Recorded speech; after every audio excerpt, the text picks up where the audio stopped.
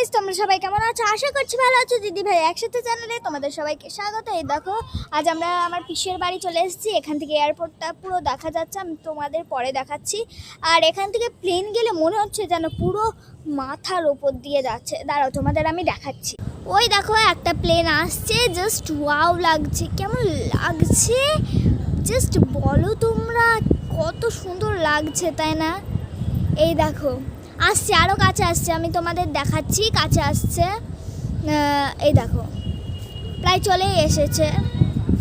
ছাদটা অনেক বড়, পুরো কত বড়, ওই সাইডেও আছে। দাঁড়াও, চলে এসছে। ওই দেখো আসছে